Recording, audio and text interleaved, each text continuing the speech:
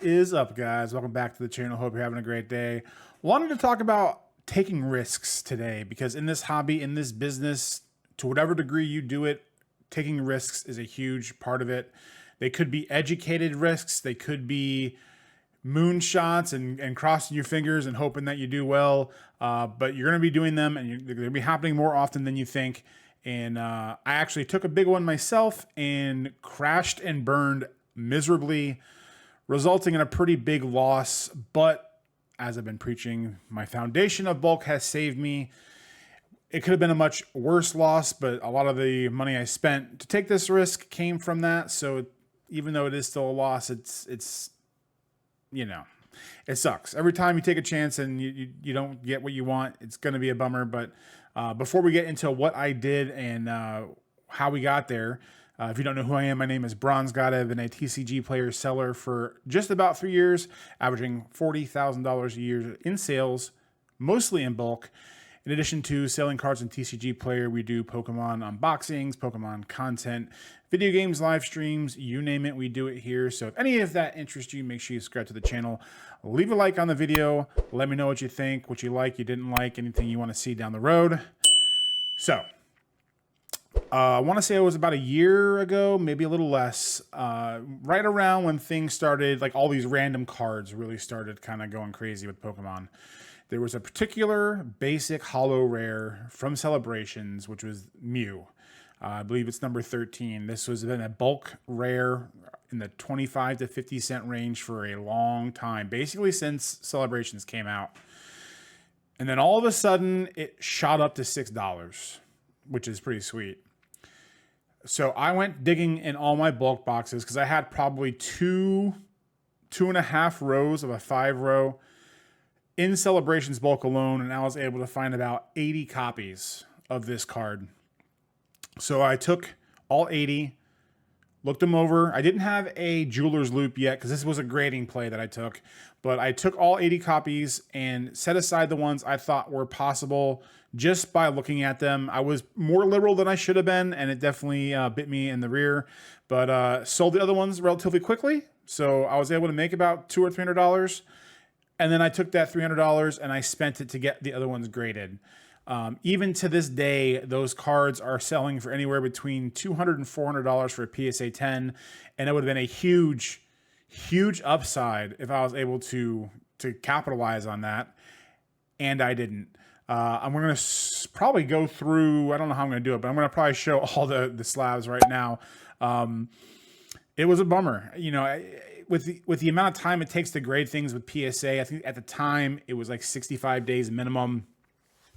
There's always the chance that by the time that time expired, those cards go back down because for the most part, it looked like it was kind of a possible pump and dump. But the fact that they're still the price they are now didn't really feed into that. It looked like it had some substantial sustainability. And even though they were going like $700, $800 then, they've backed off, but they're still a relatively good price. So I went for it and I crashed and burned. I lost the money I made on the regular ones. I lost on the graded cards, and now I'm back to square zero. Now, if I didn't have that foundation set up to take that risk, who knows? I could have gotten lucky and they would have all come back tens and I'd have been up $5,000 to $10,000. And that's something I wanted to really touch base on in this video is whether you're buying expensive cards, whether you're buying a bulk lot, whatever it is you're doing, you're going to be inherently taking a risk on anything. Every time you buy that bulk lot for $10 per $1,000, you usually don't know what you're going to get outside knowing if they're commons, uncommons, holo rares, and that goes for Magic and all that stuff too. You know the type of card you're going to get, but for the most part, you have to take the word of the person that they're near mint or whatever condition you discuss. You have to take their word that they're trustworthy. And you have to take your trust that maybe they got sifted. Maybe they said it's not sifted and it is sifted and the value that could have been there is not as much. And then you have to do a little extra harder work to maybe make a little less money. A lot of different things can happen. So having yourself set up in a way to where you can take these risks in a educated way will make these situations where when you do take a risk and it doesn't work out, it'll impact you less, even though it still kind of hurts. But when these things happen, you can't let it stop you from taking more risks, because inherently that's, like I said, that's a lot of what this hobby is. I actually just bought another smaller bulk collection. It was probably 2,000 or 3,000 carton boxes. And I'm going to go over those tomorrow because it was an absolute score, and we're going to do really good on those to where I'm probably going to recoup what I lost back.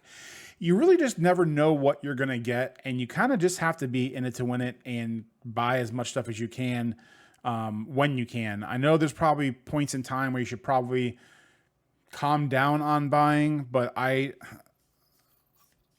probably in the minority where if I have the chance to buy something, I'm going to buy it. Because usually with bulk, you can make your money back right away. And if I find a bulk lot, even there's been situations where I'll go above my rate if I know what's going to be in there.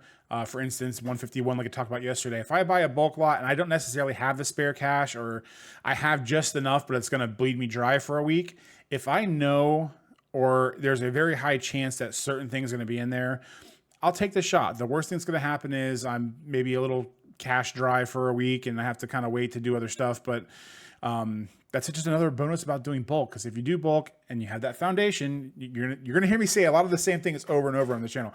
When you have that foundation, it's going to open you up to not only be able to take those risks, but you'll have a steady stream of income.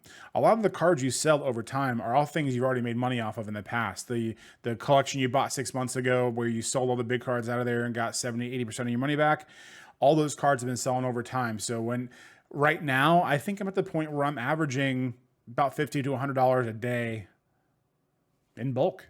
And especially with a full-time job, it's kind of hard to keep track of listing every day, which I try to do. And I'm going to keep trying to improve on doing that. But there are days where you just have so many things to do and something has to take the back burner. And sometimes listing does that. But when you start to build your inventory, it opens you up to more and more chances to be able to take more and more educated risks, to where even if you do lose, you're not going to lose as bad. That's about it for today. I just wanted to touch base on that because I was so excited to get back these things. I figured one would be a 10, and the fact that there are so many 7s and 8s, I knew I should have looked over them a little more carefully, but I was just like, you know what? I'm just going to send them off as is, and we'll go from there.